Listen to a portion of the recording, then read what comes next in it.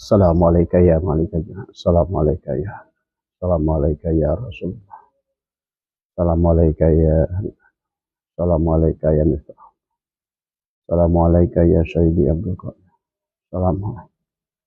Sayyidina Umar Sayyidina Syekh Ahmad Sahibul Wafat Ajwa'an. Assalamualaikum warahmatullahi wabarakatuh. A'udzubillahi minasyaitonirrajim. Bismillahirrahmanirrahim. Alhamdulillahirabbil alamin. Wassalatu wassalamu ala asrofil anbiya'i wal mursalin. Sayyidina wa habibina wa syafi'ina wa maulana Muhammadin wa ala alihi wa sahbihi ajma'in. Subhanaka la ilma lana illa ma 'allamtana innaka antal alimul hakim. La haula wa la quwata illa billahil aliyyil azim. Ilahi anta maksudi wa ridhaka matlubi antini mahabbataka wa ma'rifataka. Selamat malam sahabat Facebook dimanapun berada. Selamat malam juga buat rombongan para ustadz kiai yang baru pulang ya dari rumah yang bertanya tentang Abah Gufron ya. Pada kesempatan ini saya sebetulnya tidak mau mengomentari tentang Abah Gufron ya dalam metode dakwahnya. Tetapi ternyata ada sebagian ikhwan yang bertanya dan datang langsung ke rumah ya. Maka saya barangkali ya sedikit ingin memberikan satu pandangan kepada fenomena yang berkaitan dengan Abah Gufron ya. Sahabat ya, para ustadz, para kiai dimanapun berada ya, kita adalah umat baginda Nabi Muhammad SAW. Dan kalau menurut pandangan saya adalah dalam dakwah apa yang disampaikan oleh baginda Nabi Muhammad SAW adalah telah memperlihatkan adalah sangat manusiawi ya, dan sangat memperlihatkan aspek syariat di dalam berdakwah ya. Maka oleh karena itu barangkali apa yang disampaikan Abah Gufron adalah yang banyak yang berkaitan dengan bab hakikat, yang berkaitan yang susah dipahami oleh kebanyakan. Sebetulnya ini seperti kembali kepada zaman-zaman Nabi adalah dan Rasul sebelum baginda Nabi ya. Bagaimana dari awal sahabat sesungguhnya dari mulai Nabi Nuh ya, kemudian zamannya Nabi Soleh, kemudian juga Bani Ad dan Bani Samud itu ya. Bagaimana Nabi Soleh ya sampai diminta oleh mereka adalah untuk mengeluarkan unta dari batu, tetapi pada penghujungnya mereka tidak iman kepada Nabi Soleh ya. Demikian juga dari mulai zamannya Nabi Sulaiman alaihissalam. Dari semua berdakwah adalah bagaimana Nabi Sulaiman adalah berdakwah dengan menggunakan jin-jin bangsa jin dan lain sebagainya ya. Tetapi paksa sejarahnya adalah keberhasilan dakwah Nabi Sulaiman, dan demikian pula dengan Nabi Nuh, apalagi yang paling tragis adalah Nabi Nuh. Walaupun diminta oleh orang-orang kafir untuk membuktikan segala apapun ya, di penghujungnya mereka tetap tidak beriman tadi ya. Demikian pula dengan dakwah Nabi Musa alaihissalam. Bagaimana kita dalam Al-Quran dikisahkan sampai Nabi Musa harus mengeluarkan tongkat, kemudian memperlihatkan kesaktian ya, tongkat menjadi ular. Kemudian Nabi Musa pun adalah bisa membelah laut, tapi dalam kenyataannya Bani Israel adalah mayoritasnya tidak beriman tadi semua ya. Dan demikian pula dengan dakwahnya Nabi Isa alaihissalam ya, adalah demikian. Bagaimana Nabi Isa diminta menghidupkan orang yang mati, bagaimana menyembuhkan orang yang buta, kemudian bagaimana adalah membuat berjalan orang yang lumpuh. Bahkan juga Nabi Isa disuruh membuat burung dari tanah dan bisa terbang. Tapi di dalam perjalanannya juga adalah bagaimana dakwah-dakwah dengan menunjukkan kesaktian itu tidak tidak seberhasil dengan dakwah yang dicontohkan oleh baginda Nabi Muhammad SAW. Maka sahabat ya, terutama Pak Kiai Endang yang baru pulang dari rumah ya, pada dasarnya ya dakwah di akhir zaman ini adalah dakwah bilhal ya. Tidak perlu kita menonjolkan kesaktian, menonjolkan karomah, menonjolkan kehebatan dan lain sebagainya. Karena baginda Nabi itu sangat wajar ya. Baginda Nabi itu adalah sangat manusiawi ya dalam bagaimana membawa Islam rahmatan lil alamin ini. Coba Anda bisa bayangkan ya. Walaupun adalah tidak ada yang mustahil ya bagi Allah untuk membuat Nabi Muhammad itu adalah Superman tadi semua, tetapi di dalam aplikasinya baginda Nabi Muhammad itu adalah sangat manusiawi, sahabat ya. Lihat bagaimana pada saat kisah beliau adalah hijrah tadi semua, pada saat mau hijrah dari Mekah ke Madinah ya, yang Nabi Muhammad bisa melakukan secara hakikat ya, bisa minta tolong malak Jibril barangkali ya tadi semua, tidak apalagi kepada penjaga malaikat neraka dan lain sebagainya, tapi tidak, maka beliau adalah meminta Ali bin Abi Thalib tidur di tempat tidur beliau. Kemudian ada tim delik sandi yang bernama Abdullah yang mengamati di luar, dan kemudian baginda Nabi berjalan menuju selatan ya, sementara tempat hijrah itu adalah ke utara. Itu baginda Nabi membuat sebuah hal yang logis, bagaimana beliau adalah ingin berdakwah itu memperlihatkan aspek syariat yang sangat manusiawi yang bisa dikerjakan oleh kita para ustadz, para kiai di akhir zaman ini tadi semua. Bukan dengan kesaktiannya Nabi Musa, bukan membelah lautnya, bukan melemparkan tongkat jadi ularnya, bukan kum biidnillahnya Nabi Isa, bahkan bukan pula adalah Nabi Soleh yang mengeluarkan unta dari batu. Bukan tadi semua, karena sejarah membuktikan dari Nabi Adam bahkan sampai Nabi Isa tidak ada dakwah dari Rasul Allah yang sehebat dan sesukses baginda Nabi, yang justru dilakukan dengan sangat cara sederhana dan manusiawi. Sebagaimana tadi hijrah tadi semua, bukankah Nabi Allah bisa saja tadi semua dengan lewat malak Jibril sekali melemparkan saja ke Madinah, tapi tidak. Bahkan secara syariat baginda Nabi meminta kepada Ali bin Abi Thalib, ya Ali, tidurlah di tempat tidurku. Sehingga kafir Quraisy saat itu menganggap baginda Nabi lah yang tidur, padahal Ali bin Abi Thalib.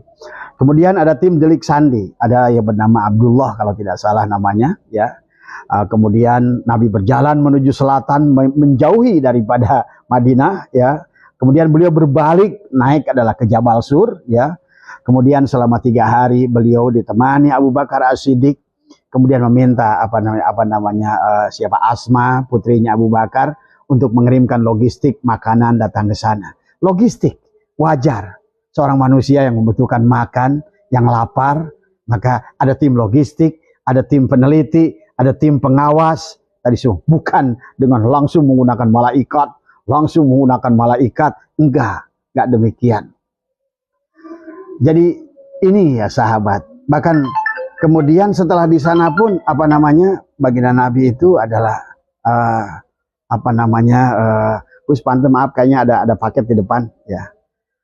Baginda Nabi pun adalah bagaimana di dalam proses dakwahnya itu adalah sangat manusiawi ya. Sebagaimana beliau berdakwah ke Taif ya. Di Taif beliau dilempar dengan batu. Kemudian beliau seorang rasul yang agung, berdarah tadi semua. Kenapa kita ingin kelihatan sakti gitu kan tadi?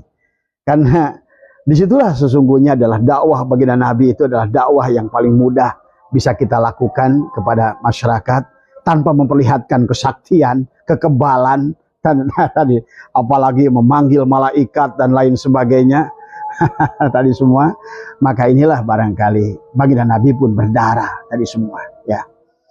Ini kan sangat manusiawi tadi semua. Bagaimana baginda Nabi sedih pada saat disebut Amul Hazan itu tahun duka cita, bagaimana istrinya wafat, bagaimana Abu Thalib wafat, kemudian bagaimana juga beliau harus dikurung dalam perjanjian itu. Beliau pun dalam keadaan lapar harus diganjar dengan batu, tapi tidak minta malaikat, ya malaikat datangkan makanan. Enggak, tadi semua ya. Ini sahabat, dakwah yang sangat humanis, dakwah yang sangat inilah dakwah bilhal. Sampai baginda Nabi adalah menyuapi, ada Utbah bin Maktum, seorang Yahudi buta adalah di Madinah tadi semua. Beliau menyayanginya. Kemudian baginda Nabi pun adalah bagaimana baginda Nabi adalah menolong pendeta Nasrani tadi semua, yang selalu benci kepadanya dengan memberikan kotoran binatang, tetapi oleh baginda Nabi digunakan untuk memupuk kurma azwa, sampai terkenal sampai hari ini adalah dengan kurma azwa tadi semua ya. Kemudian juga baginda Nabi menyayangi Majusi yang meludahi beliau, datang ke masjid diludahi, datang mau ke masjid diludahi, sampai akhirnya satu waktu baginda Nabi melihat bahwa orang yang meludahi ini tidak ada. Kemudian ditanya, kemanakah si fulan? Oh, si fulan sedang sakit, dan beliau adalah membeli kurma dan menjenguknya. Jadi ini sahabat ya, terutama Kiai Endang ya, jadi dakwah yang disampaikan sekarang ini yang dicontohkan baginda Nabi. Kenapa sekarang kita ini Islam inilah cukup sukses ya. Bahkan mungkin zaman Umar bin Khattab Islam itu sudah mencapai 2/3 bumi. Alhamdulillah Abah sudah ke Alhambra, sudah ke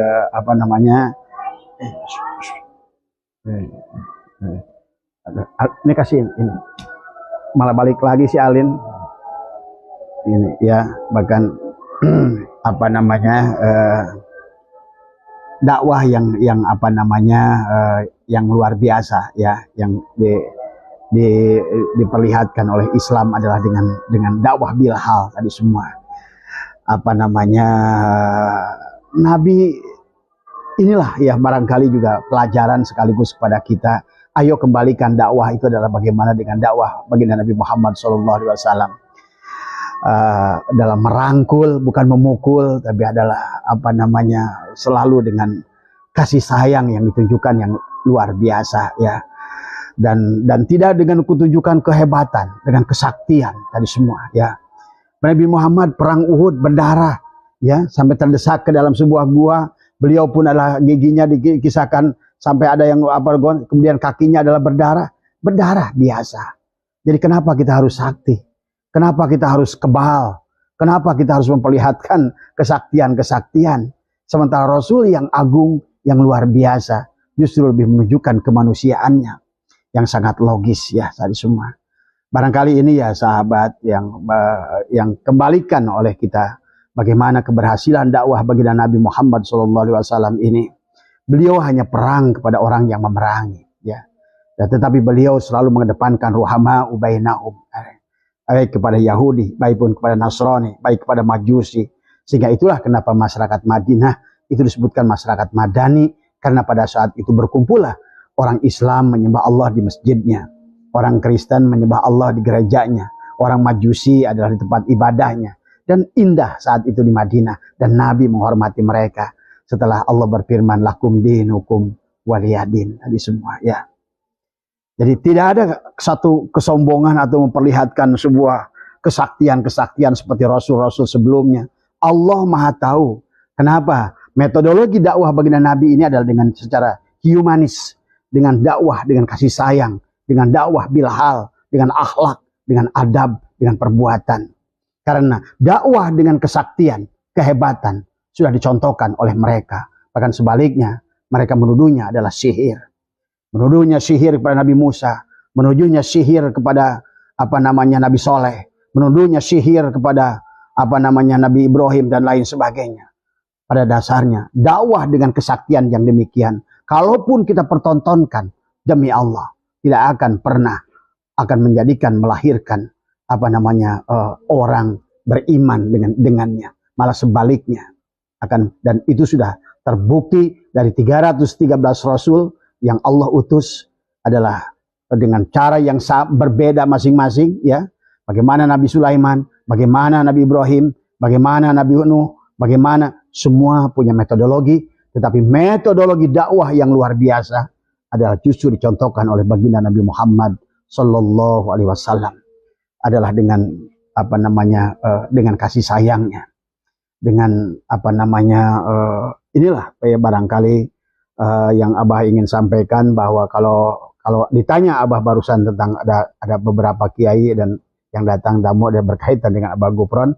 Jadi kalau menurut Abah apa yang disampaikan Abah Gufron itu biarlah itu untuk Abah Gufron.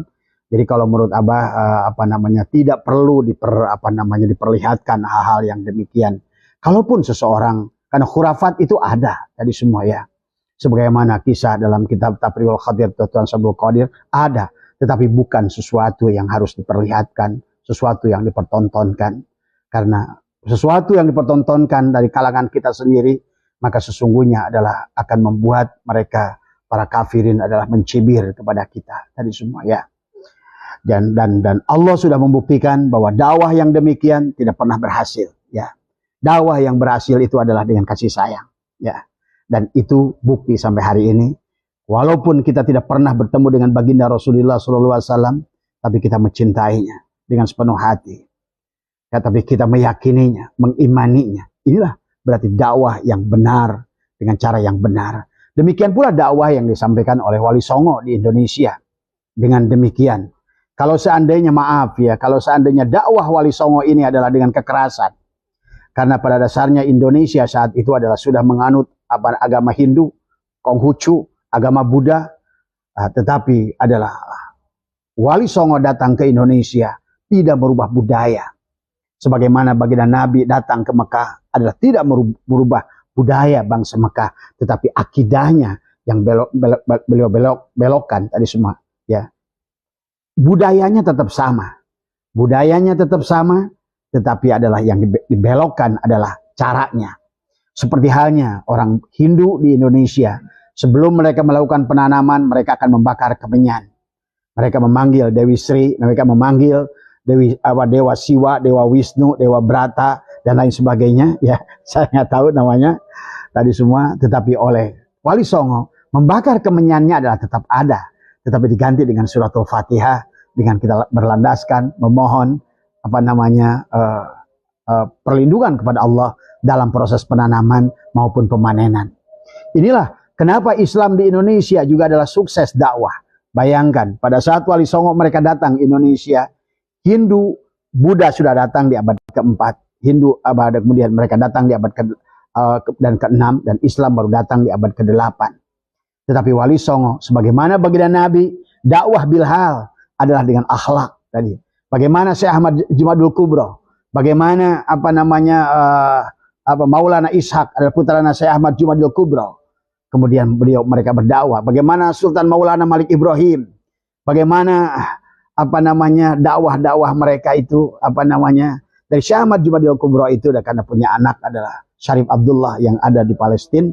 Kemudian Syarif Abdullah adalah menikah dengan Syarifah Mudaim yang merupakan tadinya adalah seorang wanita beragama Hindu, putranya Prabu Siliwangi III tadi semua ya. Tetapi kemudian menjadikan seorang muslimah. Demikianlah dakwah yang diperlihatkan yang luar biasa oleh Wali Songo, merubah Indonesia tanpa perang, merubah Indonesia tanpa menyakiti penduduk pribumi, tanpa menyakiti, tanpa melukai, bahkan tidak merubah. Bahkan wayang golek yang sudah ada oleh Sunan Kalijaga, oleh Sunan Bonang, digunakan adalah untuk dakwah. Yang tadinya bicara tentang yang lain-lain, tetapi kemudian digunakan adalah wayang, digunakan untuk dakwah tauhid tadi semua ya. Dan sampai hari ini dalang-dalang Indonesia adalah luar biasa pemahaman ilmu ma'rifatnya. Saya kenal dengan Kang Asep Sunandar Sunaria Al-Maghfurah. Semoga beliau adalah, karena saya tahu beliau adalah seorang dalang, tapi adalah murid pengarsa Abah Anom, adalah dalang yang ma'rifat kepada Allah luar biasa ya tadi semua, dengan dakwahnya yang lucu, tetapi juga bagaimana penuh dengan syarat ilmu-ilmu tauhid tadi semua ya. Dan inilah kemudian akhirnya budaya di Indonesia ya sahabat. Dulu bahkan sebelum dakwah-dakwah yang sekarang ini, kita sudah mengenal dengan istilah silih asa, silih asi, silih asu, silih wangi. Maka silih wangi itu adalah saling mengharumkan. Sebetulnya itulah metodologi dakwah baginda Nabi, itu silih asa, silih asi, silih asu, silih wangi. Maka Nabi tidak memusuhi Yahudi, Nabi tidak memusuhi pendeta Nasrani, tetapi kemudian seolah Nabi adalah fastabiqul khairat di Madinah itu, maka terlihatlah bagaimana akhlak baginda Nabi berbeda dari mereka. Nah itulah akhirnya makanya orang Yahudi menyaksikan sendiri Apalagi setelah kisahnya Utbah bin Maktum yang orang buta 12 tahun yang disuapi baginda Nabi, dia berkata kepada Abu Bakar, "Ya Abu Bakar, bimbing aku 2 kalimat syahadat. Aku ingin bersama dengan Muhammad." Setelah dia tahu orang yang dia benci selama ini adalah yang menyuapi dia, ternyata itulah yang bernama Muhammad yang selalu dia maki setiap waktu. Tanpa sedikit pun adalah Nabi Muhammad itu adalah merespon apa yang dilakukannya. Nah inilah barangkali Kang Endang, ya Kiai Endang dan teman-teman semua. Jadi dakwah yang sekarang ini bukan dengan kesaktian, bukan menunjukkan kegagahan, dengan menunjukkan kehebatan. Justru kehebatan, kesaktian yang pernah Allah berikan mukjizat kepada Rasul-Rasul itu gagal justru untuk membawa umat untuk kembali pada Allah. Tapi justru dengan cara baginda Nabi lah, dengan dakwah Rasulullah lah, yang dakwah dengan bahasa yang lemah lembut tadi semua. Maka dengan adapun sekarang ada golongan kelompok yang selalu dakwah dengan memaki-maki, inilah yang harus kembali diluruskan. Karena dakwah Nabi tidak demikian, ya. Karena nggak tahu dari siapa mereka mengikuti dakwah. Dakwah Wali Songo tidak demikian. Ya, mereka tidak sedikit ini orang bid'ah, kafir, murtad, kufur, tidak. Tadi semua, ya. Bahkan yang tadinya musyrik pun oleh mereka dipindahkan ke tauhid tanpa mereka rasa sakit, tadi semua. Yang kufur pun akhirnya menjadi bersyukur tanpa mereka merasa sakit. Inilah dakwah Islam, ya. Dakwah rahmatan lil alamin. Tadi semua adalah merangkul tanpa memukul, tadi semua, ya. Tetapi dengan penuh kasih sayang, tadi semua. Karena tadi kita harus mengambil pelajaran bagaimana Allah memerintahkan Musa dan Harun untuk datang kepada Fir'aun. Ya Musa dan Harun, datanglah kepada Fir'aun. Tadi semua dengan qaulan layyina, dengan bahasa yang layyina, dengan bahasa yang lembut, dengan bahasa. Karena tidak mungkin kita bisa merubah. Karena akidah, agama adalah rasa. Rasa itu datang adalah harus dengan bahasa yang penuh dengan hikmat, dengan cinta, dengan kasih sayang. Bukan takbir, teriak-teriak, bukan maki-maki, dan lain sebagainya. Nah inilah kembali dakwah-dakwah dari Ba'alwi juga yang harus diluruskan. Karena inilah yang telah merusak Islam juga. Tadi semua, ya.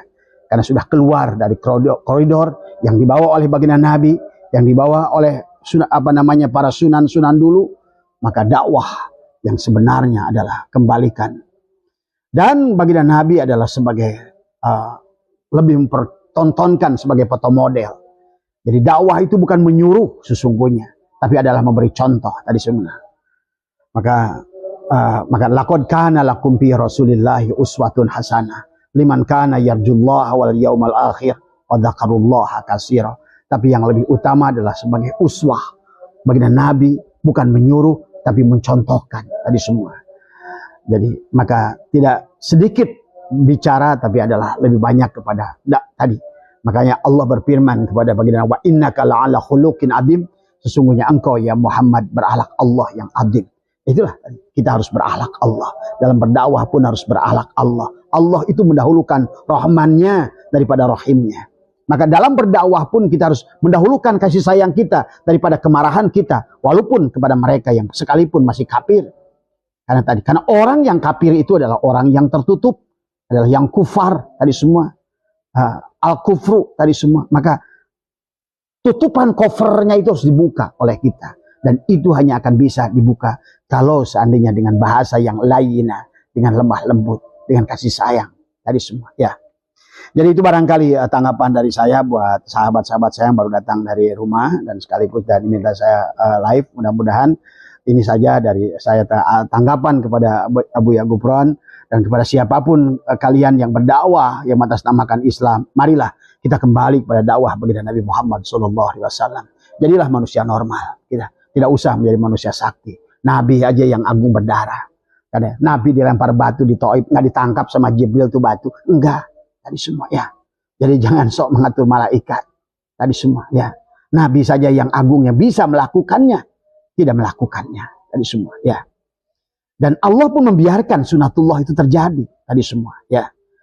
Barangkali itu ya dari apa yang tidak akan panjang ya tadi semua. Jadi intinya marilah kembali buat para kiai, para ustadz, dakwahlah sebagaimana dakwah baginda Nabi tadi semua. Ya, tadi jangan dakwah yang seperti Nabi dan Rasul sebelumnya, ataupun jangan dakwah dengan kekerasan tadi semua ya, jangan teriak-teriak, memaki dan lain sebagainya ya. Mudah-mudahan ada manfaatnya buat kita semua, sehat semua. Terima kasih Pak Kiai Endang ya dari Cibubur, sekali lagi buat teman-teman semua. Jadi itulah tanggapan saya yang berkaitan dengan Abuya Ghufron. Dan saya juga berharap, karena saya juga kenal dengan murid-murid Abuya Ghufron, Kang Mujib, kemudian juga Gus Ubad ya, tolong ya. Saya udah ya, ingatkan dulu bahkan pertama dari video yang muncul, hati-hati tadi semua ya. Karena terkadang inilah tadi semua ya, sekali lagi. Mudah-mudahan sekali lagi semua ada hikmahnya, tidak ada yang buruk dalam kehidupan, semua ada pelajarannya, ambil hikmahnya. Dari seburuk, dari sebalik yang buruk pasti ada yang baiknya, dan sebalik baiknya yang baik pasti ada buruknya.